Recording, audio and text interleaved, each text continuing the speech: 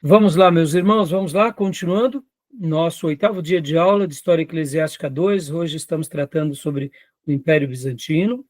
Já fizemos uma retomada desde a sua fundação até a sua queda. E agora é o último bloco, nossas aulas estão sendo gravadas e a gente vai para alguns detalhes a mais, tá bom?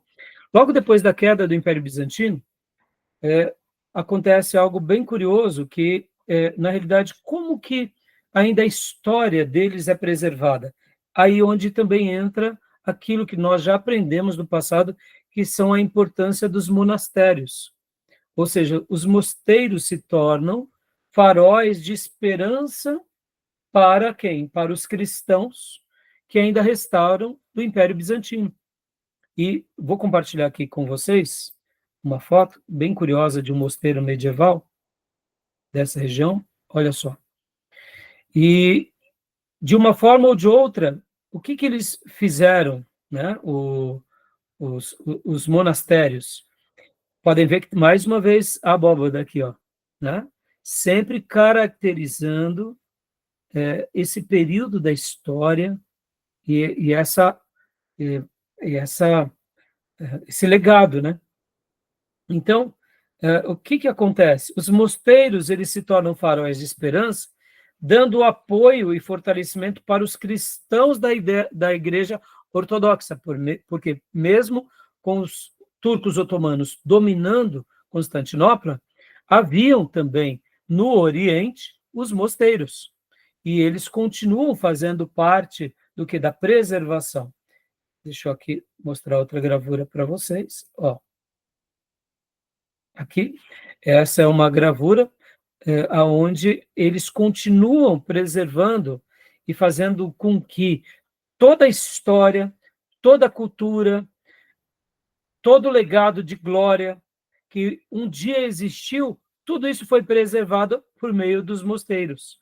Então, aqui a gente vê mais uma vez, né, a queda de Constantinopla, a invasão, né, deles, e que marca um fim glorioso do Império Bizantino, assim como também marca um fim do quê? Daquilo que a gente chama de Idade Média, né? Hoje nós concluímos aqui essa parte, né? Século XV. No entanto, a gente vai voltar nas próximas aulas para falar de outro lado, que são o lado das cruzadas, e na última aula nós estaremos falando, então, dos pré-reformadores e da reforma. Tá bom, meus irmãos? Então, dessa forma, a gente conclui, né, esse material. E aproveitando que ainda sobrou um tempo, eu vou compartilhar agora aqui com vocês, olha só, vou compartilhar aqui com vocês aquele livro que eu peguei no material do professor Tiago, para a gente ler algumas linhas, né? História de Roma, volume 3. Só colocar aqui. O Sangue de Bizâncio, Ascensão e Queda do Império Romano do Oriente. João Gouveia Monteiro, né? E aí tem os outros coautores. Como a gente já mencionou aqui, por meio daquele link que eu passei para vocês, vocês podem comprar esse livro para se aprofundarem mais sobre esse material. Essas páginas estão disponibilizadas só para que as pessoas conheçam. Então, a gente vai ler agora algumas porções, só para a gente enriquecer um pouco esse momento. Eu tinha já passado para vocês lerem em casa, mas vamos ler agora juntos, né? Pastor, leia para nós aqui, por gentileza. Está dando para ler? Está dando para ver? A letra tá boa? Tá perfeito. Deixa eu só, aqui, ó, prefácio, né? Uhum. Por favor, pode ler, pastor. Joia. A obra que seguidamente se apresenta é parte integrante de um manual de ensino dirigido aos estudantes de história antiga e, como tal, deve ser entendido. Nos 2 tomos anteriores, tratou-se da história de Roma, desde as origens até a queda do Império Romano do Ocidente, ocorrida no século V depois de Cristo. Ora, entenderam os coordenadores da obra e o respectivo editor, os meus estimados colegas e amigos, professores doutores José Luiz Brandão, Francisco de Oliveira e Delfim Leão, que o projeto ficaria incompleto se acaso não incluísse um terceiro tomo dedicado à história do Império Romano do Oriente, isto é, do Império Bizantino. Dá uma pausa, por favor, pastor. Você percebe, irmãos, que aqui, se a gente quiser também saber mais na perspectiva desses historiadores sobre o Império Romano, temos esses dois tomos anteriores, né? Tratam da história de Roma. Mas lembra que eu tinha dito? Roma não cai no século V. Roma, de fato, cai quando cai Bizâncio, né? Porque foi transferido a sede do Império. Então, isso é um dado histórico, né? Usa dois termos aí, né? Hã? Eu uso os dois termos aí. Ele usa os dois termos, Oriente. porque fica do Oriente e do Ocidente, né? E assim, e didaticamente a gente sabe que é isso. Pode ver que fica, mas na perspectiva de um historiador, né, Júnior, pode ver que fica incompleto. Você está falando do Império Romano, se você não falar do Império Bizantino, é como se faltasse o desfecho principal do fim, né? É mais ou menos como compreender a obra inteira, né? E eu concordo na perspectiva deles, mesmo sabendo aquilo que você mesmo mencionou, Júnior, que são dois momentos de conquistas, de expansões distintos, mas se trata do mesmo império, né? É do Oriente e do Ocidente, que um dia também, se a gente pudesse assim dizer, ele era só um, com sede no Ocidente, mas depois se torna dividido, né? E, por último, ele se mantém só no Oriente, né? Então, tudo bem até aí? Alguma fala? Algum acréscimo? Quer falar mais alguma coisa, Júnior? Não? Então, pastor Johnny, pode continuar, por gentileza? Aceitei. Perfeito. Aceitei com todo gosto o convite gentil que me foi endereçado para me ocupar desta terceira parte do ambicioso manual de ensino que está agora a conhecer a luz do dia. Filo porque, não me considerando propriamente um especialista em história bizantina, tenho trabalhado alguma coisa sobre essa temática ao longo dos últimos anos, beneficiando da cumplicidade e apoio do meu bom colega e amigo da Universidade de Bolonha, Polo de Ravenna, professor Dr. Salvatore Consentino, este sim, um bizantinista de créditos firmados dentro e fora de Itália. Então, perceba, mais um minuto, passou por gentileza, perceba que aqui ele já dá a fonte da maior autoridade sobre o tema, na perspectiva dele, né? Professor doutor Salvatore Consentino, um bizantinista. Eu achei muito interessante isso, né? Tá bom? Então, continua para nós, pastor, por gentileza. Joia. A minha intenção foi, sobretudo, a de tirar do esquecimento, junto do público falante da bela língua portuguesa, a história revelantíssima do Império Romano do Oriente, que prolonga em quase 1000 anos a do seu congênere ocidental, visto que a conquista de Constantinopla pelos turcos teve lugar apenas no ano de 1453, precisamente a mesma data em que no Ocidente terminava a Guerra dos 100 Anos. Opa, a gente vai falar um pouquinho também da Guerra dos 100 Anos nas próximas aulas. Então, percebam, né? Como estudar história é lindo, e quando a gente consegue ampliar os nossos leques, a nossa cosmovisão fica muito melhor. Na última aula, na 7ª aula, que trabalhamos bastante sobre o sistema feudal, perceba, a gente está trabalhando aqui no Império Bizantino e a gente não está falando nada de feudalismo.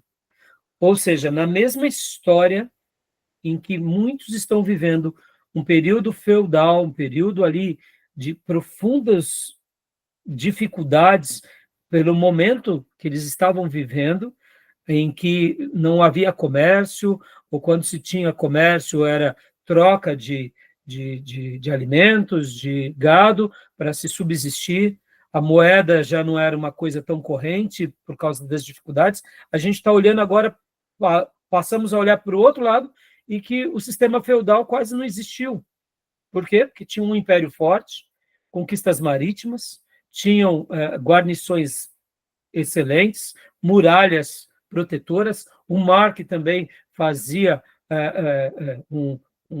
dava um grande apoio, tinha uma esquadra naval com fogo grego. Irmãos, o fogo grego era que nem hoje, comparado aos nossos dias, uma bomba atômica. Um país que tem uma bomba atômica é respeitado.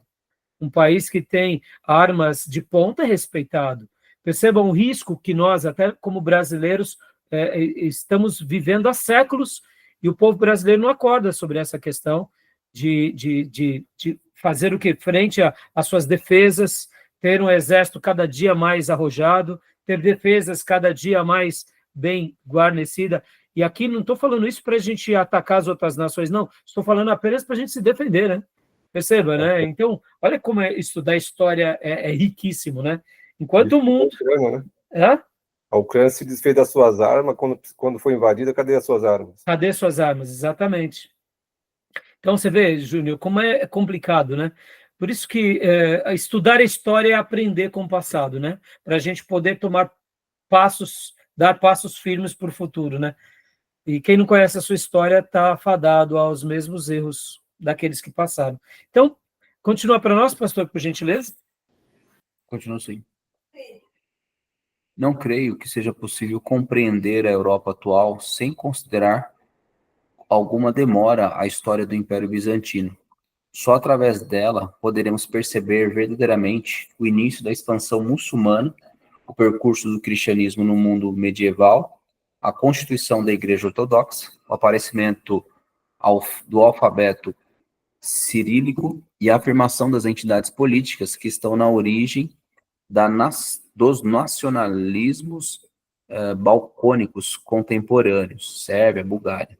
Dá uma pausa, pastor, um segundo. Sim. Aqui, quando a gente lê do alfabeto cirílico, foram missionários que foram enviados e que ali desenvolveram aquilo que nós chamamos do novo alfabeto, como, por exemplo, o alfabeto russo. O alfabeto russo tem essas características cirílicos. Todos aqueles que falam com aquelas letras, com aquele alfabeto um pouco diferente, faz parte do alfabeto cirílico, que era um missionário que foi evangelizar e, ao mesmo tempo, foi alfabetizar aquele povo. E outra coisa, irmãos, olha que interessante. A igreja bizantina, quando elas mandavam os missionários, elas faziam questão de traduzir a Bíblia na língua corrente daquele povo. Percebam, como eu disse há pouco nos últimos módulos, na questão da quebra dos ídolos, né? E também, logo depois, nessas questões da tradução da Bíblia, a gente não vê uma certa semelhança na Reforma Protestante? É muito forte isso, né? Fica aqui, na controvérsia iconoclasta, né? Percebam, irmãos, os reformadores, eles traduziram a Bíblia para a língua corrente, no caso Lutero. Mas a igreja ortodoxa, ela já falava grego. Então, percebam que a cultura e a própria igreja ortodoxa grega tinham acesso às escrituras com mais facilidade. Por isso que a controvérsia iconoclasta e também essa questão de enviar missionários e criar, né, muitas vezes até mesmo o alfabeto, e traduzir a Bíblia para aquela língua, a gente já vê uma grande diferença da Igreja Católica Ortodoxa, Católica Apostólica Romana. Era o latim, né? Que era o latim, em que um único grupo dominava, a missa era feita em latim, mas ninguém falava. Já no ortodoxismo grego, era a língua comum o grego. Exato. Quer dizer, olha, por isso que a gente... É muito diferente, né? Então, continua, pastor, a partir daqui, a formação do Estado russo. Joia. A formação do Estado russo, a fantástica odisseia de 3 séculos do pequeno reino da Armênia Ciliciana, a aventura dos mongóis na Ásia Menor, as cruzadas na Terra Santa, entre muitos outros. Entre muitos outros aspectos essenciais para o entendimento profundo do mundo em que vivemos e das suas origens remotas. Além disso, Bizâncio configura um universo de tal maneira diferente e fascinante que ninguém com ele contacte de forma um pouco mais atenta, consegue escapar ao seu encanto. O espetáculo do poder em Constantinopla é tão peculiar e assombroso que não podemos continuar a permitir que ele seja simplesmente ignorado pelos nossos estudantes universitários. Dá uma pausa, pastor. Uhum. Por que eles estão fazendo aqui nessa explicação isso? Porque é aquilo que eu falo. Nós fomos educados pela história dos vencedores dos católicos apostólicos romanos. E não seria justo, historicamente, a gente deixar de considerar esse outro lado. Percebam, de forma subjacente, ao registrarmos a história, desprezamos o Império Bizantino, porque, historicamente, os romanos eram contra os ortodoxos. Logo, por que valorizar as coisas belas, a arte, a cultura, a religião e até mesmo as controvérsias? Por que tocar nesse assunto da controvérsia iconoclasta? Não, eles são hereges, deixa eles excomungados. Entendeu? Interessante, né? Então, vamos lá, olha só, continua aqui para nós. Estudar a Europa. Estudar a Europa antiga e medieval sem passar pelo filtro cor de púrpura de Bizâncio é como ver o mundo a preto e branco, de costas voltadas para a entrada da caverna. Entendi que seria a altura de dar um contributo válido, ainda que preliminar e certamente incompleto, para acomatar esta grave lacuna na formação dos nossos futuros historiadores. E foi assim que nasceu este livro, que se compõe de 2 grandes blocos. A primeira parte eu próprio elaborei. Tenta-se apresentar uma visão panorâmica da história bizantina, desde a refundação da velha Bizâncio grega pelo imperador Constantino, daí o nome da cidade de Constantinopla, em maio de 330 d.C., até a conquista otomana em 1453. Nesta parte, o fio condutor é, inevitavelmente, a história política, sem prejuízo de algumas referências em passante sobre os grandes temas de natureza econômica, cultural e, sobretudo, religiosa. O debate cristológico, a questão das imagens, sem os quais a história do Império Bizantino se torna ininteligível. Percebam, irmãos, eu confesso para vocês que durante muitos anos estudando, eu simplesmente passei por cima, assim, de poucas coisas. Sabe quando você ouve a pequenos cortes, muito pequenos? Por isso que eu fiz questão de dar essa aula para vocês, porque nós, como Igreja de Jesus, a gente precisa conhecer bem, como eu falei para vocês, se o povo católico, de uma forma geral, apostólico romano, for estudar mais a história do Império Bizantino, muitas coisas eles vão colocar em questionamento, antes de nós, protestantes, chegarmos a eles e falarmos as nossas questões, tá bom? E por quê? Porque a gente sabe o nosso posicionamento, mas eu vejo que a Igreja Ortodoxa Grega foi quase que uma igreja protestante naqueles dias contra o romanismo, mesmo que, na minha opinião, eles ainda estão bastante distantes de tudo aquilo que a gente tem como verdade, né? E conclui agora o segundo bloco, só para a gente encerrar, pastor, por gentileza. Pois não. O segundo bloco, que corresponde à segunda e terceira partes, incide sobre a história militar bizantina, e foi preparado por quatro mestrandos do curso interuniversitário da História Militar, fundado em 2013, na Faculdade de Letras da Universidade de Lisboa, pelo meu caro colega e amigo, professor doutor José Varandas. Dá-me imenso gosto apresentar aqui estas componentes da obra, de certo, as mais ricas e interessantes por várias razões. Primeiro, porque não se compreenderia a extraordinária longevidade do Império Bizantino sem o estudo cuidadoso da sua máquina militar, tão diferente da ocidental em tantas valências, e da sua evolução ao longo dos séculos. Segundo, porque os jovens que assinam este segundo bloco da obra, Gustavo Gonçalves, João Paiva, Rodrigo Gomes e João Rafael Nissa, São 4 talentosos investigadores que abraçaram com enorme entusiasmo esse projeto e que, inclusivamente, se deram ao trabalho de começar a aprender o grego antigo para melhor poderem realizar a sua tarefa.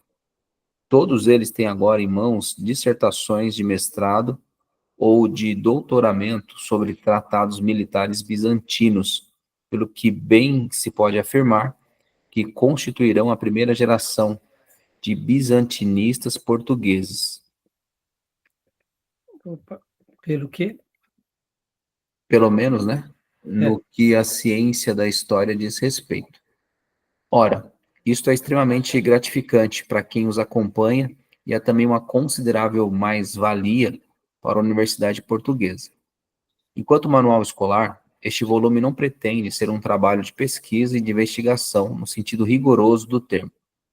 Claro que todos os colaboradores leram diversas fontes coevas e muita bibliografia, mas este, sobretudo, um livro de síntese e de divulgação, cujo primeiro objetivo é dar a conhecer nas suas linhas gerais a quase ignorada história bizantina e enquadrar e potenciar trabalhos de pesquisa mais direcionada e convencional que, a partir de agora, se possam empreender sobre esta fascinante matéria. Na primeira Tá bom até aí, pastor. Tá joia, meus irmãos. Né? Então, depois apreciem essas páginas. Eu achei assim uma pérola e fica aqui, né? Então, a minha contribuição desse tema, que foi o Império Bizantino, que realmente eu acho que vale a pena aí a gente estar aprendendo e servindo melhor a igreja, para a gente poder conhecer um pouco a história da igreja, tanto no Ocidente quanto no Oriente, porque, afinal de contas, dali sai a nossa história protestante. Tá bom, meus irmãos? Beleza, meus irmãos? Tranquilo? Alguma pergunta, alguma dúvida? Eu espero ter dado uma contribuição aqui para vocês, né? Como eu disse, irmãos, são muitas páginas, são muitos temas, né? São muitas questões e eu confesso que está sendo uma delícia poder aprender aqui com vocês. Tá bom? Tranquilo? Amém. Podemos encerrar? Ok, podemos. Então, Deus abençoe, meus irmãos. Até Shalom. quinta. Querendo Deus, bom culto para vocês de oração amanhã. Amém. Querendo Deus, Amém. eu vejo vocês quinta-feira. Minha ovelhinha eu vejo amanhã na igreja. E fiquem com Deus. Tá bom. Amém. Deus abençoe a todos. Graças a Deus. Bom descanso. Para todos. Deus abençoe. Boa noite, meus Graças a irmãos. Shalom a todos. Graças a Deus. Deus abençoe.